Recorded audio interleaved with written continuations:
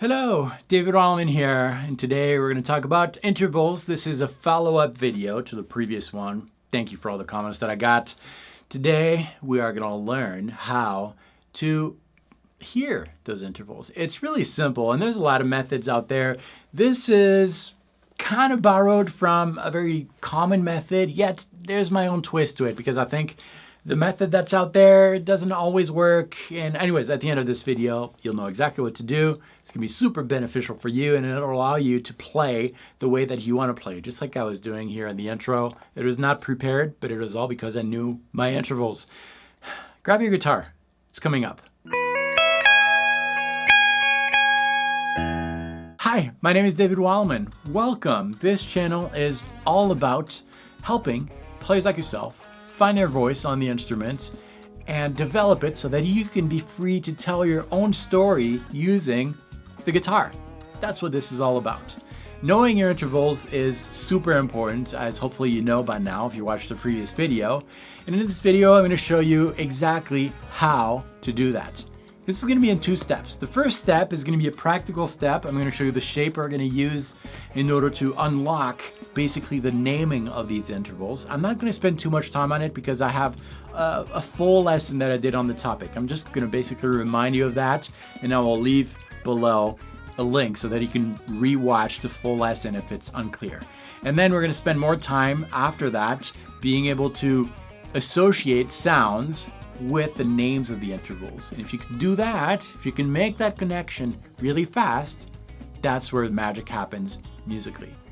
Let's get started. All right, like I said, this part of the tutorial is going to be really fast because I covered it before, but a quick reminder, we're going to use the master shape. We're going to use that shape from the low E string. Any fret, it doesn't matter, you can move that shape around. Learn the shape, it's basically the major scale shape. It goes like this in A, for example. You've got to learn that shape because that shape lists basically all the major and the perfect intervals. And that's because an interval can be major or minor. Major intervals are always wider than minor intervals. To make a major interval minor, you just move that landing interval one fret lower. All intervals could be major or minor except for the fourth and the fifth. Those are perfect. Why? I don't know.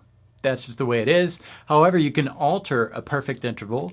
You can make it diminished by moving that perfect interval one fret below, or augmented by moving that interval one fret higher. And here's how it works. Let's say that you want to find the major third of this note, low E string 5th fret. Follow the master shape, 1, 2, 3. Third, because the master shape lists all the major intervals, that's your major third, 1, 2, 3. The distance between this note and this one is a major third. If you wanted to find a minor third, you still go to the major third, 1, 2, 3, one fret lower is your minor third. I know that part was kind of long, it was kind of boring, it was a little difficult and not super fun, but it's essential. I promise the benefits are huge. Now that we did that, now that you know your shape and now that you know how to figure out where those intervals are played according to that shape, we just need to associate sounds with names of intervals. That's where that connection is going to be made. It's really, really fun and super important. Basically, you're going to start with a sheet of paper with all the possible intervals listed there, all the names of those intervals. And I'm going to ask you to think about a song and start singing it. It could be anything you want, any style, anything. And do it out loud. It's really going to help. Now, obviously, we're all singing something different, but that's where the beauty of this thing is. You can sing anything wherever you're at. And take the time to do that. I'm going to do the same. I'm going to think of, well, here's what comes to mind. Layla, Clapton, the beginning of that riff, ba-da-ba-da-ba-da-bum, and then slow it down, ba-ba-ba-ba-ba-ba. It's got to be something that you can sing instantly. That was my song. You can start wherever you're at. And once you have that, ba-ba-ba-da-ba-da-bum, try to find that on the instrument. So find a note on the low E string from the canvas that we used. So you can start it on the 5th fret, just like we did. Can you sing that song from that note? Ba ba ba da ba da bum. Yes, ba ba. That's the note.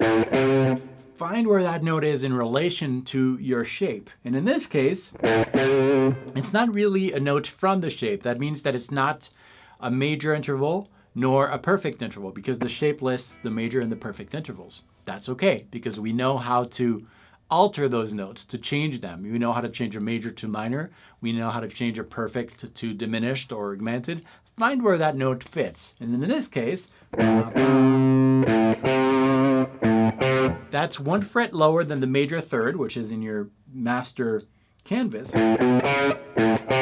That's a minor third. So now, because the song started from you, from something that you're comfortable with, you can just play any pitch, start singing that song that you associated with an interval. Ba-da-ba-da-ba-da-ba-ba-bum. That's the minor third. Ba-ba-ba-ba-ba-ba. Great. This note? Oh, that was the same an octave lower. Lucky me. Here's another one. Minor third.